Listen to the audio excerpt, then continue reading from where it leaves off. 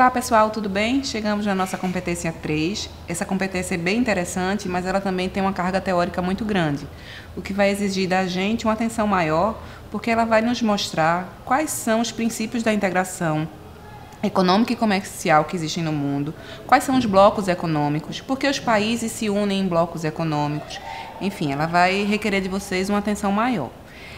Se vocês acompanharem o nosso caderno agora, vocês vão visualizar quais são os assuntos sobre os quais a gente vai se debruçar com mais intensidade. A gente vai tentar compreender quais são os mecanismos de cooperação e integração regional, quais são as entidades internacionais que existem à disposição dos países e das empresas para a defesa dos seus interesses no comércio internacional. A gente também vai falar sobre quais são os tratados, os principais tratados internacionais em vigor, bem como os blocos econômicos, assunto que certamente vocês já ouviram falar, como, por exemplo, o Mercosul ou a União Europeia. Enfim. Bem, pessoal, em termos de entidades que existem à disposição dos países e dos exportadores e importadores, né, nesse jogo de negociação internacional, a gente pode destacar algumas. Acompanhe aí no teu caderno, porque você vai ver, por exemplo, que a gente teceu algumas considerações sobre a OMC, que é a Organização Mundial do Comércio.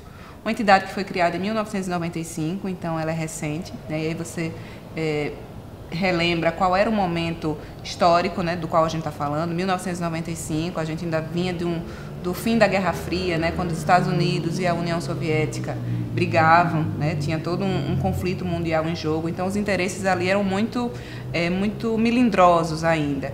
Então, todo esse cenário, por trás de todas aquelas brigas internacionais, na verdade, a gente tinha muito da defesa, né, dos interesses das empresas das mais diversas regiões do mundo. Então, todo mundo no jogo do comércio exterior queria deter, né, queria conseguir um pedacinho de espaço para poder efetuar suas vendas. E aí, justamente por isso, pelo fato de haver tantos países, né, de a gente ter uma grande quantidade de países e, consequentemente, de empresas querendo vender e de empresas querendo ou não comprar, que foi necessário que se estabelecesse algumas regras de procedimento, né? Vamos dizer assim, se colocasse ordem, né, no cenário internacional para saber quais são as regras, até onde importadores e exportadores podem ir, né, os limites de cada um, os direitos. E em função disso, esse órgão é muito importante, a OMC, no nosso caderno, e aí na tela a gente pode dar uma olhadinha, tem uma imagem do salão de reunião da OMC. Ele é um órgão central, né, com atuação internacional. E ele tem uma força muito grande no sentido de criar as regras no comércio internacional, né, de estabelecer direitos e deveres dos participantes, seja países ou seja as empresas que representam os países. Por que a OMC foi criada? Justamente por esse momento, né, onde ela surgiu, né, nos anos 90, meados dos anos 90, quase anos 2000, a gente vivia um processo de globalização, e ainda vive, né, com muita intensidade, e havia muitas dúvidas sobre o porquê, né, até onde eu posso ir enquanto empresa, e o país também, como é que ele faz para defender os interesses dos seus. Então, diante desses impasses e dessas dúvidas que eram internacionais e comuns a todos, foi preciso se formular os procedimentos, né? Imaginemos um manual a ser seguido e a ser cumprido por quem faz parte do comércio internacional. Então, também é interessante destacar que a OMC ela preza pelo princípio do multilateralismo, ou seja, se um direito é concedido, né, a um país, o outro país, na mesma esfera e no mesmo grau, ele tem direito de requerer algo semelhante para si. Então, você não consegue perceber, ou se preza para que não aconteça, uma disputa de interesses onde haja uma distância muito grande, né, para que não fique com cara de países vencedores e países perdedores.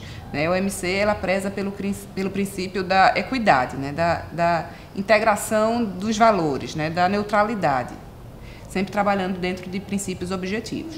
Então, esse seria, por assim dizer, o nosso fórum, né, o judiciário, entre aspas, aí, para decidir a quem cabe a razão nas disputas, se chegarmos a esses termos. Um outro órgão que também é de meados dessa fase aí da história é a UNCTAD, que é a Conferência das Nações Unidas para o Comércio e para o Desenvolvimento.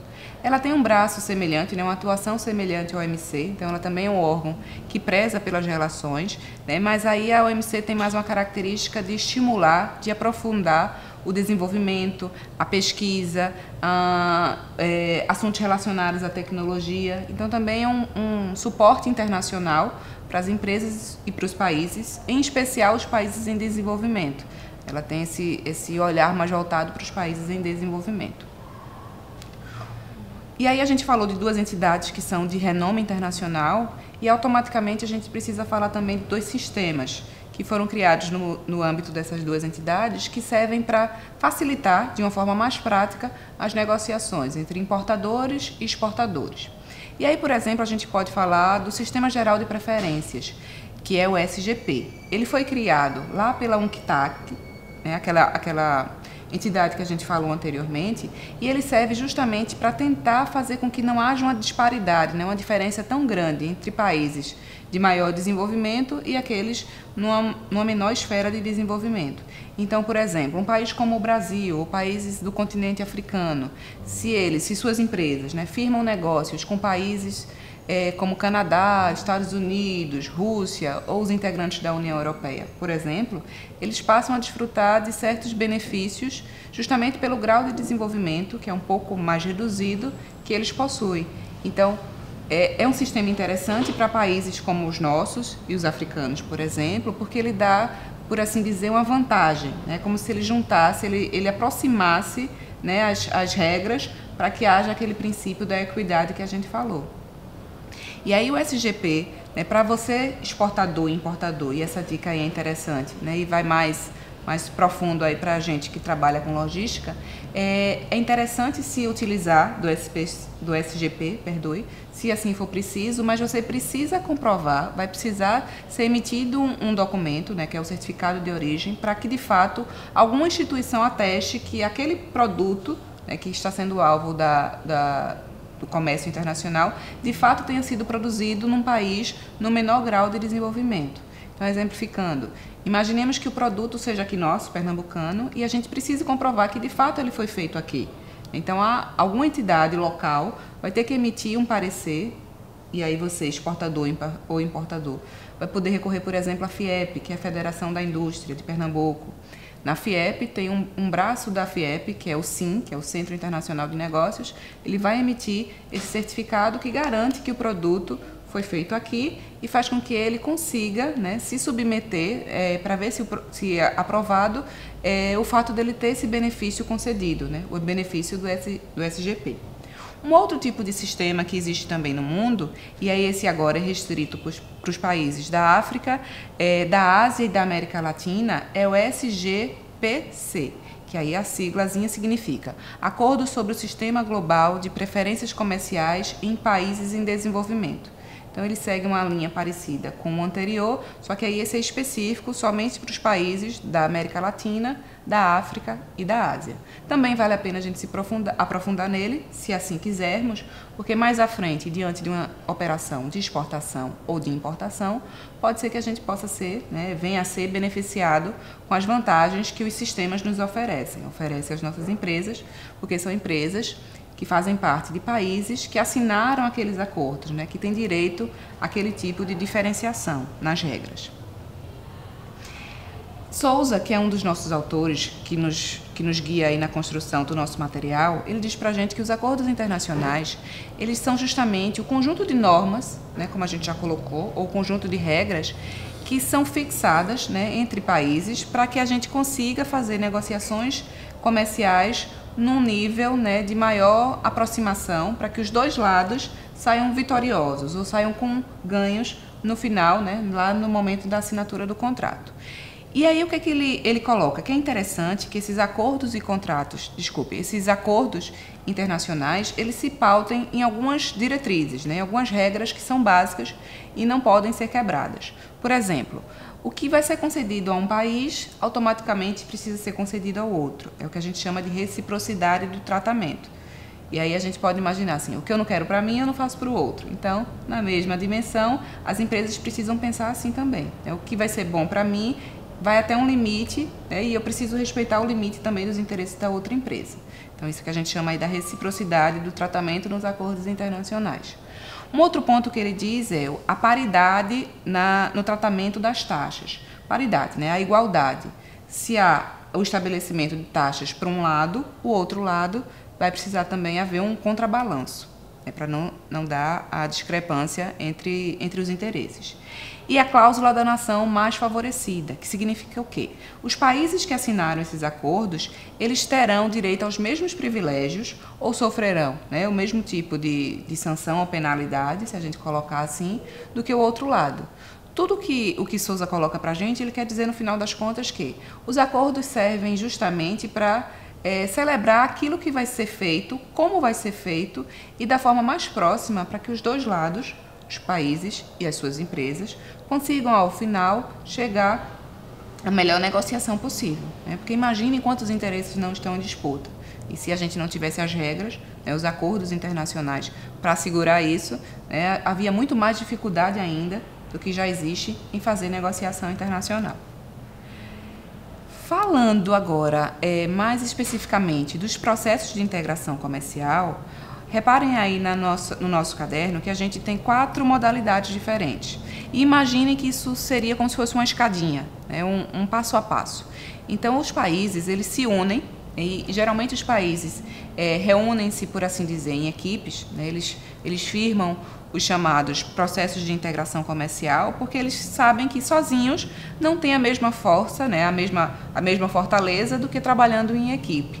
Então, é muito natural e tem as suas particularidades, as suas positividades, bem como os seus aspectos negativos, os países se reunirem em blocos. Por exemplo, aqui na nossa região, né, na América do Sul, nós temos o famoso Mercosul, né, que envolve o Brasil, a Argentina, o Paraguai, o Uruguai. E aí, por quê? Por que eu vou me unir com os países da minha redondeza? Justamente por isso, porque fica mais fácil, tanto pela geografia, como pela facilidade da língua, porque os mercados são muito parecidos, né? Nós somos próximos. Estranho seria, ou menos, né, lógico poderia ser, por exemplo, se fizéssemos um bloco com um país lá do outro lado do mundo, no continente europeu, né? Então, isso perde um sentido, porque uma das características máximas que os blocos têm, né, quando os países formam blocos, é justamente pelos princípios das coisas que os aproximam. Então, uma língua comum é interessante, né, um mercado próximo, um sistema político também mais ou menos semelhante ou que se respeite, né, que os governos dos países signatários eles têm algum tipo de afinidade entre si.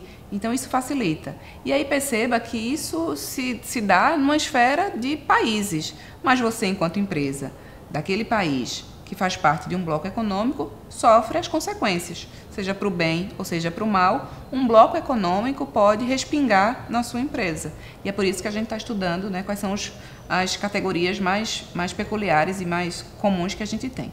Então, no nível 1, né, no estágio inicial, os países formam aquilo que a gente chama de zona de livre comércio. Quando o princípio básico desses países em reunião é o seguinte, as mercadorias daqueles países estão livres para circular entre si. Então, mercadorias brasileiras, mercadorias argentinas, né, do Paraguai. Então, há esse princípio da liberdade, da liberalização de circulação de mercadorias. Então, esse seria o nosso primeiro estágio, né, da zona de livre comércio. Aí, imaginemos que os nossos países fizeram esse teste, né, se uniram enquanto zona de livre comércio e quiseram ampliar um pouquinho mais essa forma de atuação. E aí, eles vão para um estágio, né, o estágio 2, um estágio mais elevado, onde eles recebem, né, a particularidade de serem taxados como uma zona aduaneira, que é uma zona de livre comércio acrescida do fato de que esses países agora estabelecem taxas. Por exemplo, a TEC, né, que é a Tarifa Externa Comum, que é uma taxazinha, um impostozinho que vai ser colocado nos produtos para que quando eles circulem por aqueles países, eles tenham a mesma taxação, né, o mesmo percentual. Aí façamos de conta que as negociações nesse bloco estão dando certo e os países querem ampliar as regras entre eles. E aí eles avançam mais uma casa, né, tal qual fosse um jogo de tabuleiro. E aí, na sequência, no estágio 3, eles seriam aquilo que a gente chama de mercado comum. Então, um mercado comum seria uma zona de livre comércio acrescida das particularidades de uma união aduaneira, além do fato de que, no mercado comum, pessoas, trabalhadores, né, mão de obra, insumos e serviços, eles também podem ser compartilhados, né? Ele tem a livre circulação desses fatores. Então, a gente começou em algo menorzinho, né, na zona de livre comércio, e aí a gente já vai avançando nos estágios. E, por fim, que seria o ápice, né, da forma de se integrar, de se formar um bloco econômico, a gente tem a União Econômica, que passa por todos esses estágios e ainda tem como diferenciação, né, o fato de que esses países agora concordaram em ter uma moeda única. Então, como exemplo de união econômica que a gente conhece no mundo, é a União Europeia. A gente sabe que a União Europeia tem um banco, né, comum, tem uma moeda comum, e a gente vê nos noticiários, né, recentes, né, desde o ano passado, a gente ouve falar e se informa sobre o que está acontecendo no mundo, e a gente vê a grande discussão sobre será que vale a pena para os países da União Europeia continuarem, né, signatários desse bloco. A gente vê que é muita disputa, porque os países, por mais que sejam próximos, são todos ali do continente europeu, eles têm muitas diferenças entre si, né? Imagina que a gente não pode comparar o nível de desenvolvimento, por exemplo, da Alemanha, né, o mais forte de todos, com a Grécia, por exemplo, que enfrentou, né, crises recentes e muito fortes. E a população fazia esse questionamento, né? Será que vale a pena continuar na União Europeia? E os alemães, por exemplo, também diziam isso. Será que a gente precisa pagar por conta do nível de desenvolvimento dos países que são mais atrasados do que nós? Então, são discussões que estão lá fora, né? Talvez você nem se aperceba muito bem no primeiro momento que não lhe interessa diretamente, mas lhe interessa sim, né? Porque em algum momento isso vai acabar chegando para você, para sua empresa, como um desafio a ser vencido. Mais um desafio, né? E aí, para finalizar, tem uma imagem na nossa tela que mostra, né, uma espécie de mapa mundi sinalizado onde estão os principais blocos espalhados, né? A forma como a geopolítica está montada, e aí a gente pode ver alguns blocos econômicos, como, por exemplo, né, a LAD, o Mercosul, a própria União Europeia, e percebam que eles são muitos no sentido de que eles estão bem espalhados, né? Geograficamente, a gente tem bloco colocado em todos os continentes do mundo. Mas percebam também que, paralelamente, né, e de forma intrigante, eles podem ser poucos, porque percebam que eles representam a força de poucos países. E aí é justamente o jogo, né? Só continua ativo nesse mercado quem consegue fazer a sua diferenciação. E os blocos econômicos, eles ajudam as nossas empresas justamente nesse sentido. Às vezes eles até atrapalham, né? A gente também não pode só falar de flores.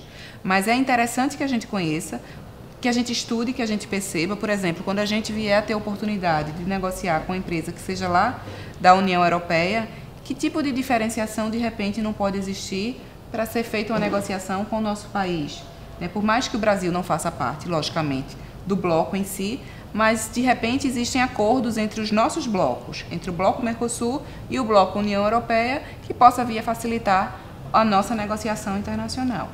Bem, pessoal, depois que a gente mostrou aí essa forma como os blocos econômicos estão espalhados no mundo, a gente vai encerrando essa competência 3, né, chamando vocês, lembrando a vocês das nossas obrigações, né, em termos de realização das atividades, convidando também vocês para se manterem ativos no nosso fórum, porque é lá que a gente está à disposição de vocês. Até breve.